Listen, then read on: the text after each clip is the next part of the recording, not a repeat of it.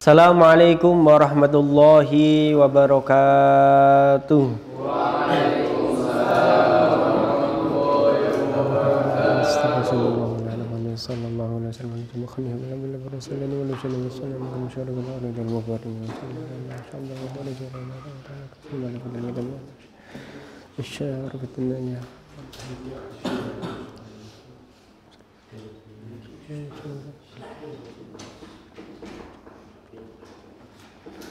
Al-Fatihah. A'udzu billahi minasyaitonir rajim. Bismillahirrahmanirrahim. Alhamdulillahi rabbil alamin arrahmanir rahim maliki yaumiddin. Iyyaka na'budu wa iyyaka nasta'in ihdinas siratal mustaqim siratal ladzina an'amta 'alaihim ghairil maghdubi 'alaihim waladdallin.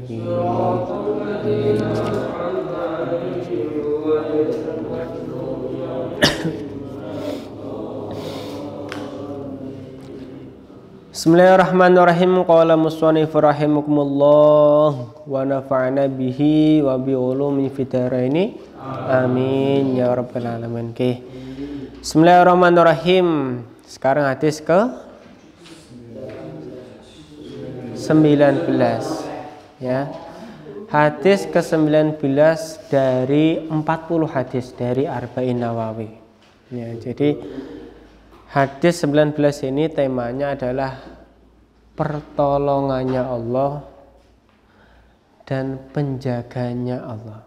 Pertolongannya Allah dan penjagaannya Allah. Ya, walaupun kemarin hadis ke-18 itu kita sudah diberikan tips bagaimana kalau kita semisal habis melakukan suatu kesalahan, suatu dosa yang kita mungkin tidak sengaja atau luput dari kita ya, kita harus sesegera mungkin untuk meneruskan atau apa ya, bahasa kita kemarin apa, ngenut berini ya, mengikuti kesalahan tersebut dengan amal yang baik ya, dengan amal yang soleh, sedekah contoh ya, itu akan lebih bisa untuk menghapus dosa-dosa kesalahan yang telah kita perbuat kemarin. Itu hadis yang ke-18. Sekarang hadis ke-19. An Abil Abbas. Ya, Abil Abbas itu ya. Diriwayatake saking Abi Abbas. Ya, Abil Abbas Abdillah bin Abbas. Ini adalah kalau udah salah, setahu saya, seingat saya itu adalah sahabat yang manakala kalau udah salah ya, jadi pernah didoakan oleh kanjeng Nabi, Allahumma faqihhu fiddin wa 'allimhu ta'wil. Nah, ini ada sedikit cerita nih. Mungkin ketika kalian, kita semuanya di desa atau di suatu warga, ada namanya akikoh, ya. Akikoh di situ biasanya ada bayi yang dibancai, yang diselamati kan.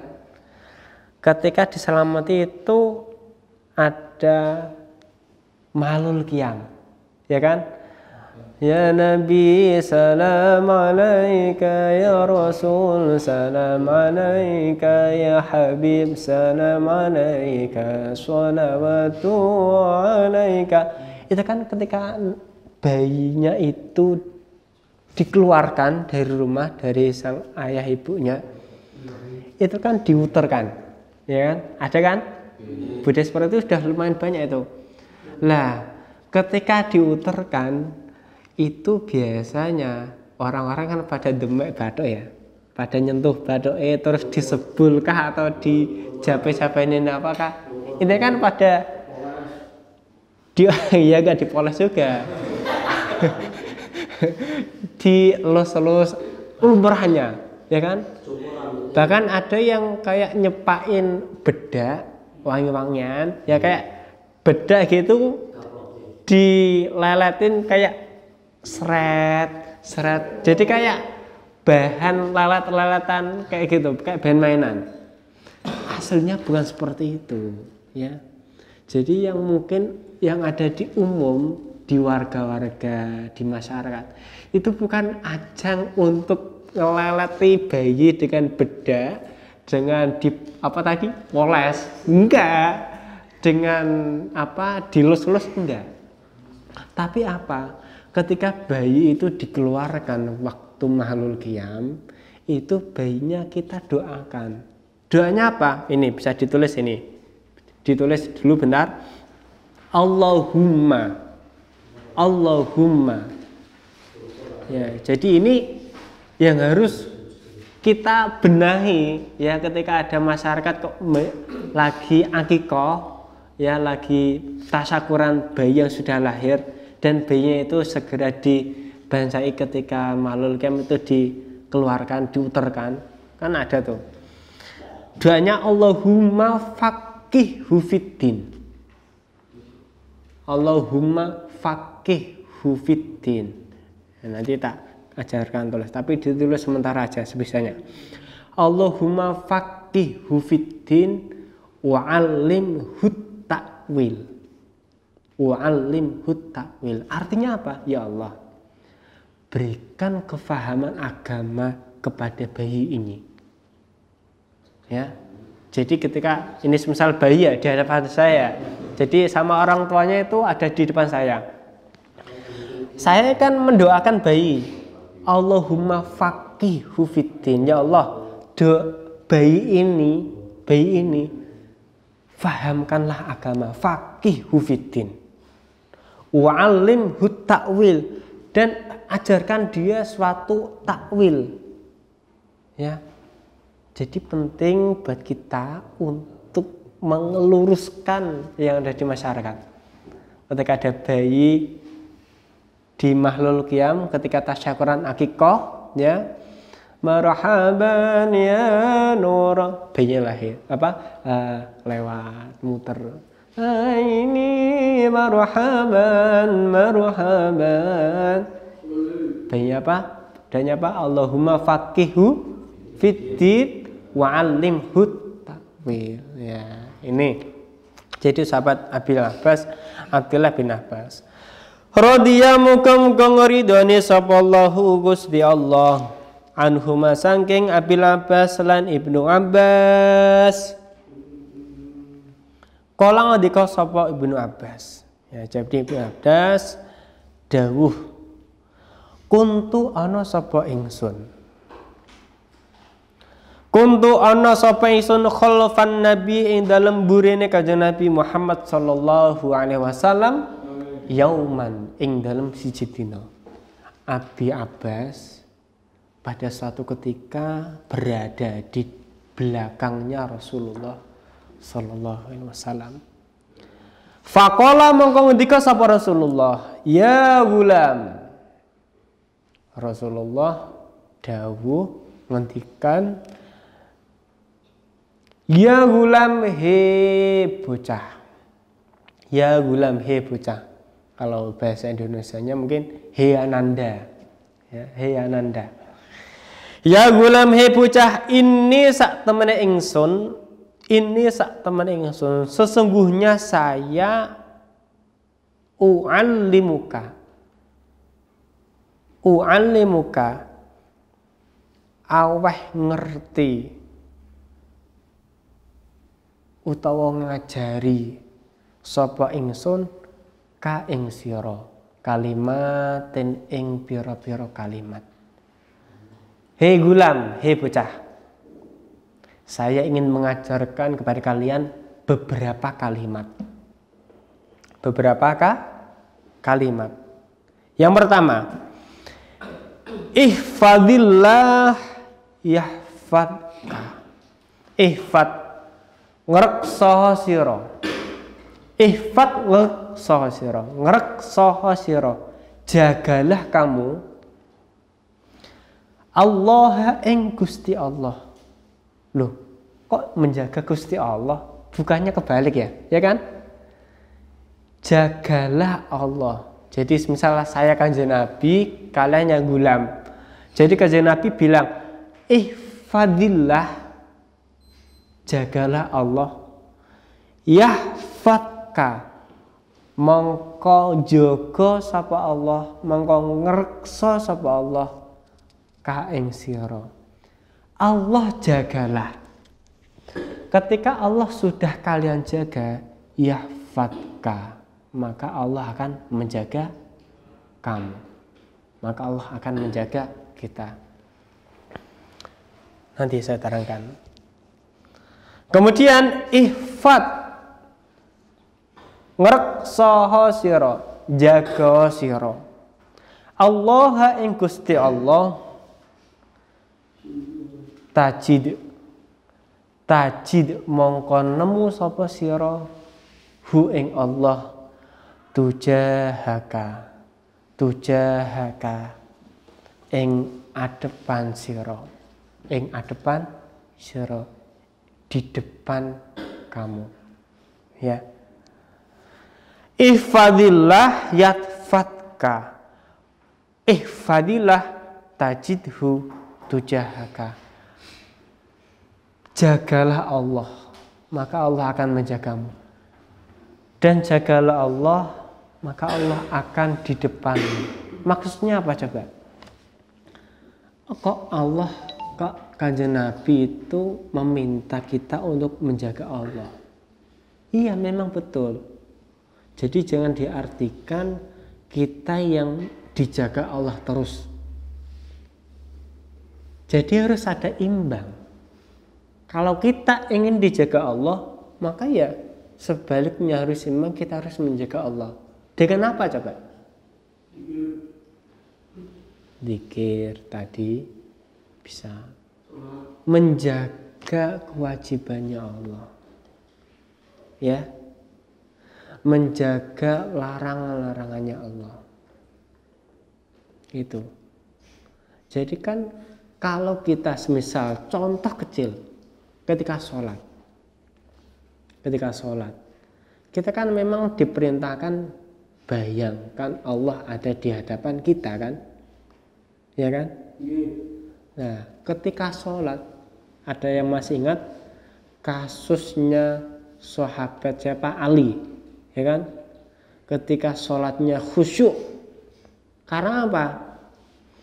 Dia mendatangkan Allah di hadapannya. Saking khusyuknya,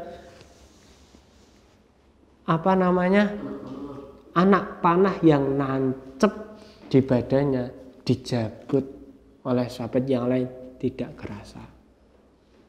Ini gambaran contoh kecil, ya. Ketika Allah kita jaga dengan baik, sholat dengan khusyuk, ya. Sampai-sampai serasa sakitnya sahabat Ali itu tidak kerasa. Karena apa? Dijaga sama Allah Subhanahu wa ta'ala. Ini gambaran kecil. Ketika kita menjaga Allah, sholat kita dengan khusyuk semisal, ya, kita tidak nganeh-nganeh, tidak melakukan maksiat, tidak melakukan suatu kejelekan, maka insya Allah kita akan dijaga sama Allah. Ihfadillah yahfadka, jagalah Allah, maka Allah akan menjaga kita semuanya. Ya, itu contoh kecil sahabat Ali yang tertancap badannya oleh anak panah.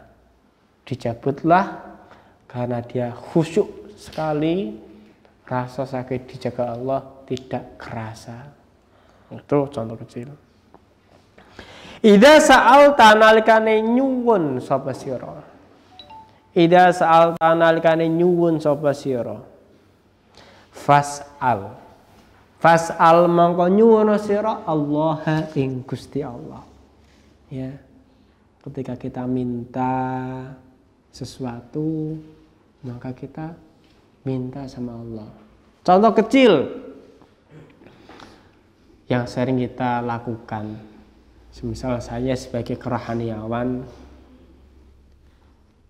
sedang visit ke pasien, ibu yang sabar nggih, terus minta sama Allah untuk kesembuhannya. Agar apa? Biar diberikan izin, ridho untuk sembuh kembali. Karena sesungguhnya rumah sakit ini sifatnya hanya wasilah, pelantara untuk sembuh. Jadi kalau mungkin pasien kok hanya nyagerke bahasa Indonesia apa? Mengandalkan, menjaga, ya kayak menjaga kan ya. Intinya itu hanya nyagerke rumah sakit yang menyembuhkan. Ingat, kecewaan akan di depan mata, pasti itu. Kenapa? Kalaupun toh rumah sakit kok tidak bisa memberikan sesuai yang dia inginkan oleh pasien, maka dia akan protes.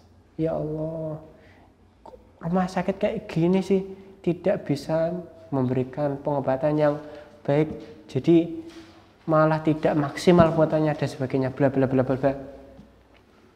Menyalahkan rumah sakit. Tapi mungkin beda ceritanya kalau kita edukasi ke pasien, ya Bu, terus minta kesembuhan sama Allah, minta Allah untuk diberikan lancar pengobatannya. Nah, nanti secara tidak langsung spiritual pasien akan lebih baik. Jadi akan menggantungkan terus sama Allah, dan lewat rumah sakit ini insya Allah diberikan izin ridho untuk Allah menyembuhkan pasien itu kembali. Jadi seperti itu ya. Memang kayak sepele, tapi itu runtutannya seperti itu. Kamu lagi pusing, apakah harus langsung minta sama Allah? Iya, memang. Tapi di sisi lain harus nyari juga gebrek, oskadon, ya kan? Agar apa? Menjadi wasilah untuk sembuhnya yang dikasih sama Allah. Seperti itu. Idza sa'alta fas'alillah wa idza sta'anta lan nalikane nyuwun sapa sira. Wa idza sta'anta lan nalikane nyuwun pitulungan sapa sira. Wa idza sta'anta lan nalikane nyuwun pitulungan sapa sira fasta'in mangka nyuwun pitulungan sapa sira. Fasta'in mangka nyuwun pitulungan sapa sira. Billahi kelawan Allah. Wa lam lan ngerta sira anna Muhammadan sak temene annal ummata sak temene umat lau ijtamat lamun kumpul sapa umat. Ini ya pesannya Nabi Muhammad di hadapannya Gulam tadi. Pesan beberapa kalimat, di antaranya adalah ini. Wa'lam annal ummata sak temene umat lau ijtamat laun kumpul lamun kumpul sapa umat ala ayyan fauka ing atase yen to paring manfaat sapa umat ka ing sira bisyai'in kelawan siwi-siwi lam yanfa'uka mongko ora bisa aweh manfaat sapa umat ka ing sira.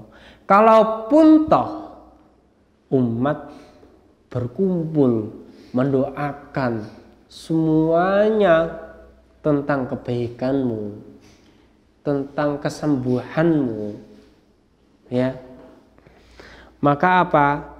Tidak bisa lam yanfa'uka, mereka tidak bisa memberikan manfaat.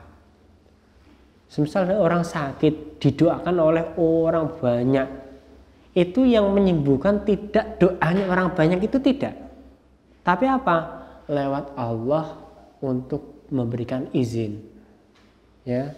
Jadi bukan orang banyak itu yang memberikan manfaat, yang menyembuhkan, itu bukan. Semisal pasien satu disembuhkan oleh beberapa dokter, itu bukan dokter yang menyembuhkan, tapi apa? Illa bisyai'in kejaba kelawan siwi-siwi qad katabahu kang teman-teman wis nulis sapa Allah hu ing syai' illa qad kataba kang teman-teman wis nulis hu ing syai' sapa Allah Gusti Allah laka maring sira kecuali Allah yang telah menetapkan, ya. Makanya walaupun sudah ada keterangan seperti ini, kita wajib berikhtiar. Ikhtiar ada kalanya secara dohir, ada secara batin juga, ya. Wa ini setamaulan temen lan yento kumpul, wa ini setamalan lamun kumpul sapa umat. Wa ini setamalan lamun kumpul sapa umat ala ayyadurruka ing atase yento aweh melarat sapa umat ka ing sira ala ayyadurruka ing atase yento aweh melarat. Melarat di sini bukan melarat fakir, bukan ya. Jadi melarat dalam arti memberikan mandorot, memberikan bahaya. Itu kalau bahasanya dulu di pesantren itu melarat, ngatasi berapa cilaka kepada seseorang itu. Bisyai'in kelawan suci-wici lam yadurruka, mongko ora bisa bahayani aweh melarat sapa umat ka ing sira. Bahkan ketika satu umat kok memberikan ancaman, memberikan bahaya bagi kita, semisal lam yadur, tidak bisa mereka itu memberikan bahaya yang secara real, ancamannya secara wujud, kecuali apa? Illa bisyai'in, kejaba kelawan suci-wici qad katabahu kang wis nulis hu ing syai' sapa Allah Gusti Allah alaika melarat ing atase sira. Intinya apa? Kalaupun toh Allah belum mengizini, maka tidak akan bisa terjadi. Ya. Inti dari hadis ini adalah seperti itu. Takdir itu memang sudah ada. Nah, untuk merubah takdir itu harus kita usahakan. Usaha sendiri itu ada kalanya zahir, ada kalanya batin. Contoh kecil, kita orang sakit, usaha yang harus diikhtiarkan untuk merubah nasib yang dia asalnya sakit kemudian menjadi sembuh, itu zahir usahanya secara medis, minta dokter, ya. Kemudian secara batin minta terus sama ya Allah, minta sembuhnya ya Allah, izinkan untuk sembuh ya Allah lewat rumah sakit ini ya Allah. Seperti itu, ya. Karena apa? Rufi'atil aqlamu, rufi'at diangkat, rufi'at dan angkat apa al aqlamu, pira-pira pena. Wajaffat lan kering, wajaffat lan kering apa as-suhufu pira mushaf. Artinya apa? Semuanya sudah ditakdirkan. Tapi ingat, takdir itu ada kalanya bisa dirubah, ada kalanya tidak bisa dirubah. Ya, ingat itu. Makanya kita yang ahlus sunnah, kita dianjurkan untuk ikhtiar. Ya. Karena apa? Kita tidak tahu takdir yang sudah pasti itu, yang mungkin kata mereka takdir tidak bisa diapa-apakan, itu menurut kita itu bisa dirubah. Karena apa? Ada dua hal. Grade yang pertama adalah takdir, ini menurut satu pendapat, takdir yang memang sudah pasti, endingnya hanya Allah yang tahu, hanya Allah yang tahu. Ada juga takdir di bawahnya ini, ya. Takdir inilah yang bisa kita rubah.